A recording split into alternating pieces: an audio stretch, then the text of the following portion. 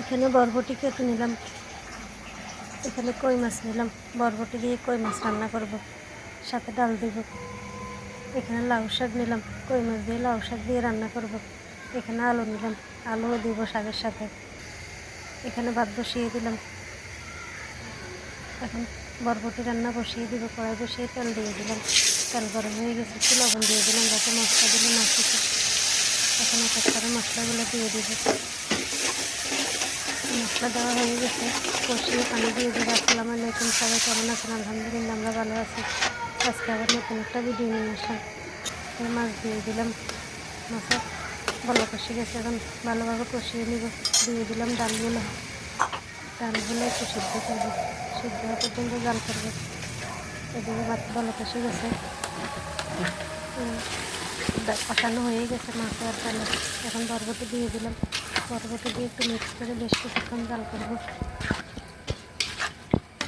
ভালো কষে গেছে, একটু নেড়ে দিলাম।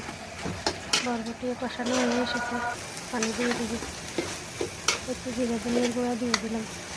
এখন একটু মিক্স করে নিব, মিক্স করে একটু জাল করবো।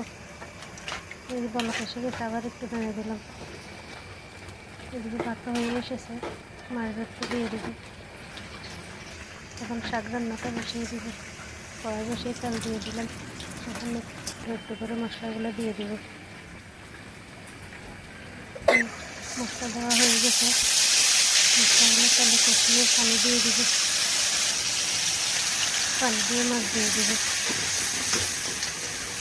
মাছটা কষিয়ে নিব ভালোভাবে। বরবটিও হয়ে গেছে, আর একটু জাল করে নামিয়ে নেব। এভাবে রান্না করলে অনেক মজা লাগে খেতে। শাকের মাছও কষানো হয়ে এসেছে, আর একটু কষিয়ে আলু দিয়ে দিব। বরবটি রান্না রেডি, নামিয়ে নেব এখন। অনেক সুন্দর হয়েছে বরবটির কালারটা। এখন ভাতের পাতিলটা একটু চাকা দিয়ে দিলাম। এদিকে মাছও কষানো হয়ে গেছে, আলু দিয়ে দিলাম। আলু দিয়ে একটু কষিয়ে নেব, বেশ কিছুক্ষণ কষাবো যাতে আলুগুলো সিদ্ধ হয়ে যায়।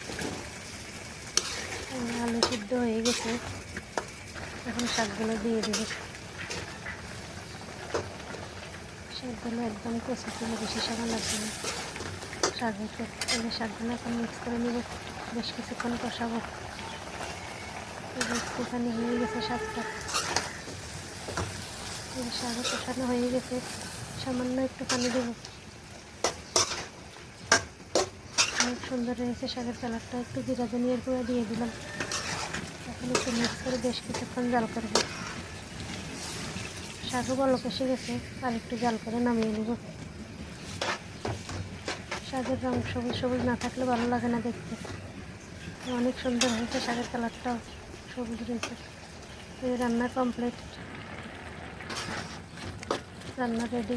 এখন দুপুরের কাজকর্ম সেরে খাওয়া দাওয়া করবো, খাওয়া দাওয়া করে নেব। আজকে এই পর্যন্তই। সবাই ভালো থাকবেন, সুস্থ থাকবেন। যে যেখান থেকে ভিডিওটা দেখেন, ভালো লাগলে লাইক কমেন্ট করবেন। আল্লাহ হাফেজ, সবাইকে ধন্যবাদ। আসসালামু আলাইকুম।